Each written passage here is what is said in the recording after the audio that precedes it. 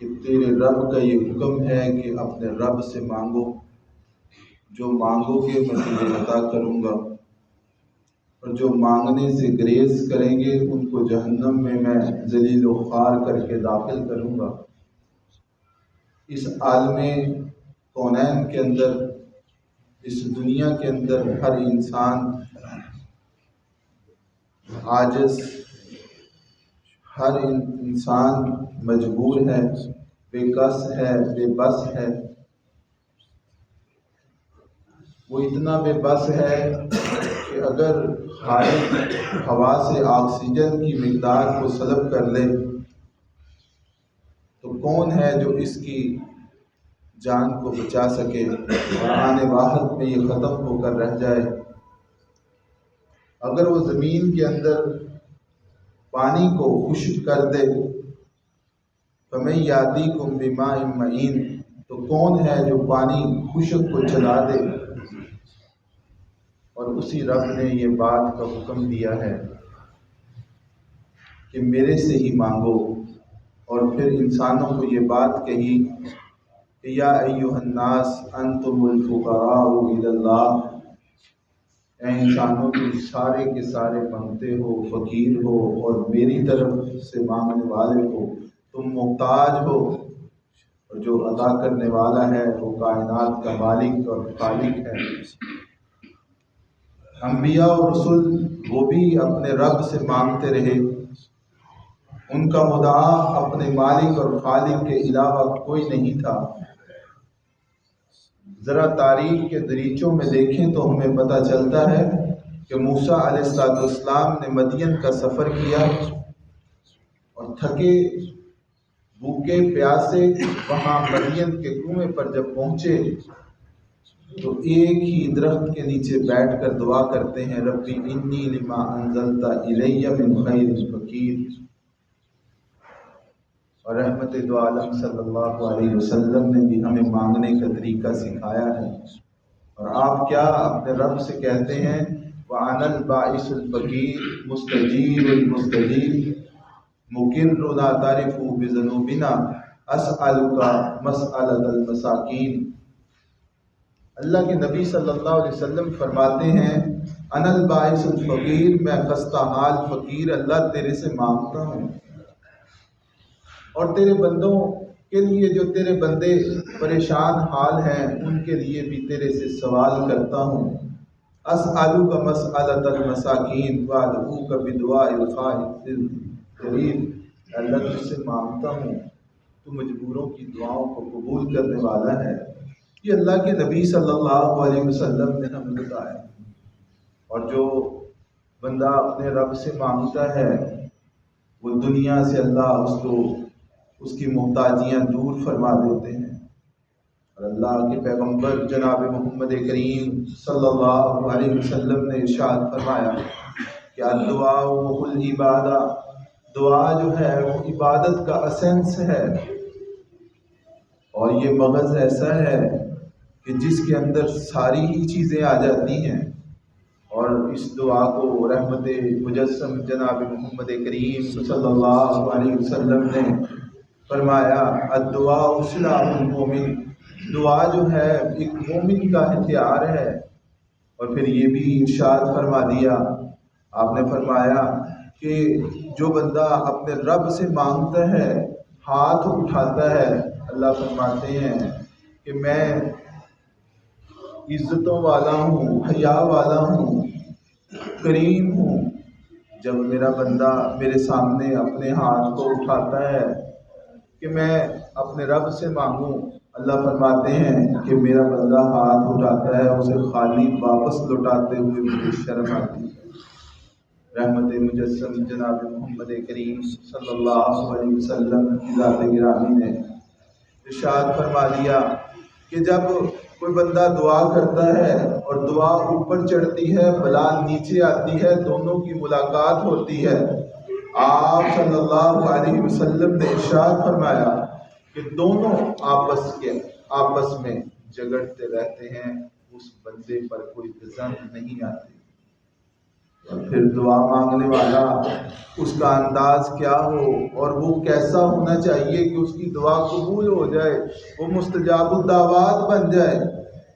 سب سے پہلے تو عقیدہ توحید ہے۔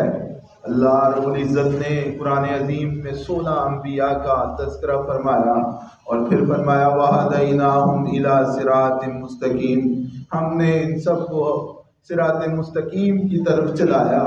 اور پھر اس کے بعد جو دوسری شرط ہے کہ ہماری دعا قبول ہو جائے، پہلے تو بیس ہے توحید۔ اگر وہ توحید پر ہے، اپنے رب سے ہی مانگتا ہے، تو پھر اللہ رب العزت اس کی دعا کو قبول فرما لیتے ہیں۔ اور پھر فرمایا کہ جو بندہ اپنے رب سے مانگنے والا ہے وہ بدعت کا ارتکاب نہیں کرتا۔ حدیث پاک میں آتا ہے لا یقبل اللہ دعا من کل بدعت، ہر بدعت کرنے والے کی دعا کو اللہ قبول نہیں کرتا، نہ ہی حج کو، نہ ہی عمرے کو، نہ ہی نماز کو۔ اللہ فرماتے ہیں، اللہ کے نبی صلی اللہ علیہ وسلم نے اس کی تصریح فرما دی اور اس کی تشریح ہمارے سامنے رکھ دی کہ وہ اسلام سے ایسے نکل جاتا ہے جیسے آٹے سے نمک کو نکال دیا جاتا ہے، بال کو نکال دیا جاتا ہے۔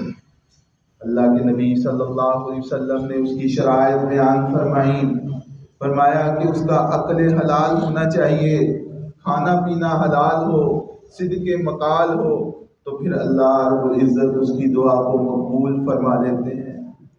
اللہ کے نبی صلی اللہ علیہ وسلم نے ایک مثال بیان فرمائی، فرمایا ایک بندہ بڑی دور سے سفر کرتا ہے اور سفر کر کے دور دراز سے بڑا گندا، اس کے بال بکھرے ہوئے، سفر کی تھکاوٹ موجود، لیکن ہاتھ اٹھاتا ہے اور ہاتھ اٹھا کے دعا کرتا ہے یا رب یا رب۔ اللہ رب العزت کی طرف سے پیغام ملتا ہے کیف یستجاب لک، تیری دعا کو کیسے قبول کیا جائے؟ فرمایا کہ مطعمہ حرام ومشربہ حرام، تیرا کھانا بھی حرام کا، تیرا پینا بھی حرام کا، اور تیرا لباس بھی حرام کا، وغذی بالحرام، اور حرام سے تیرے جسم کی غذائیت کو پورا کیا گیا۔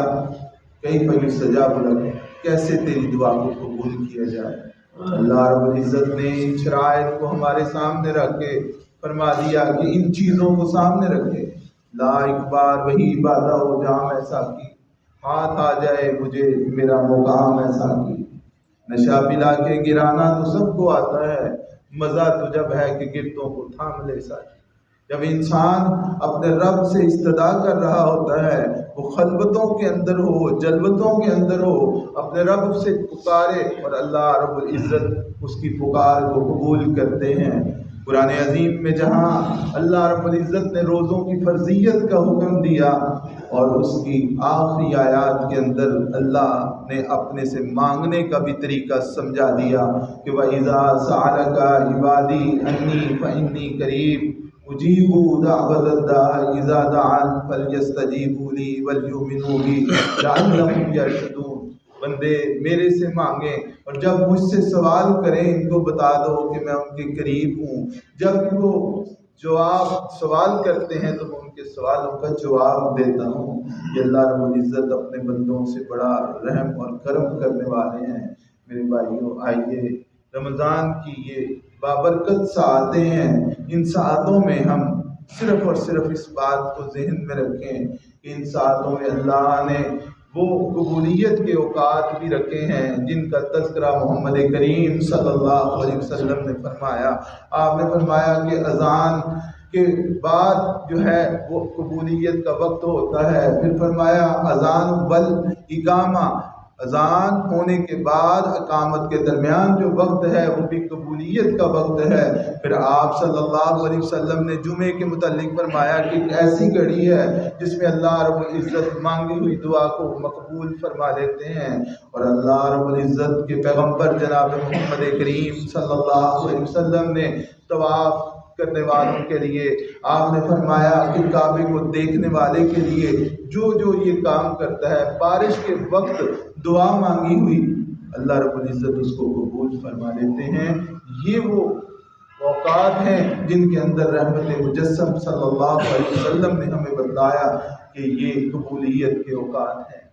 ان ساعتوں کو ہم غنیمت سمجھیں۔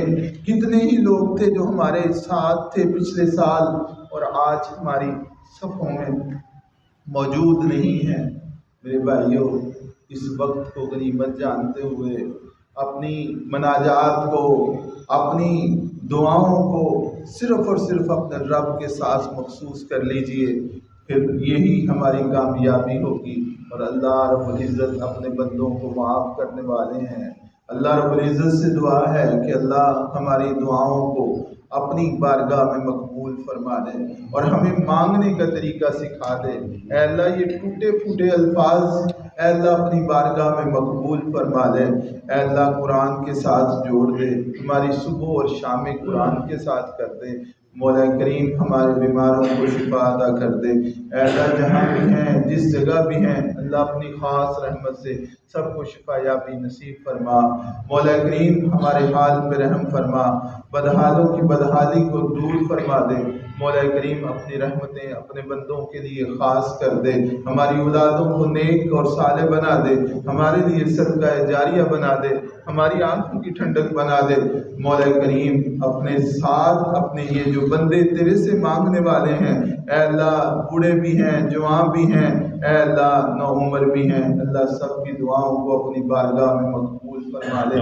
امت مسلمہ کی حفاظت فرما۔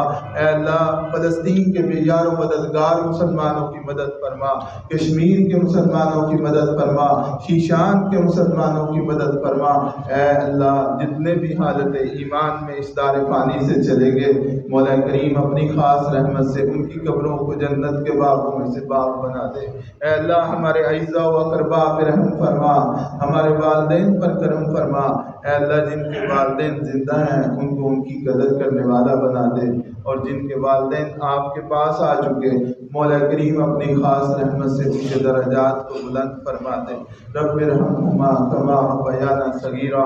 اللہم آتق رقابنا ورقاب آبائنا ورقاب امہاتنا ورقاب اساتذتنا ورقاب مشائخنا ورقاب المسلمین والمسلمات من النار۔ اللہم انا عبادک فاغفر لنا ذنوبنا وتوفنا مع الابرار۔ یا حی یا قیوم برحمتک نستغیث۔ اللہم استر عوراتنا وآمن روآتنا۔ اللہم احفظنا من مصائب الدنیا ومصائب الآخرہ۔ اللہم احفظنا کما تحفظ عبادک الصالحین وما علینا الا البلاغ المبین۔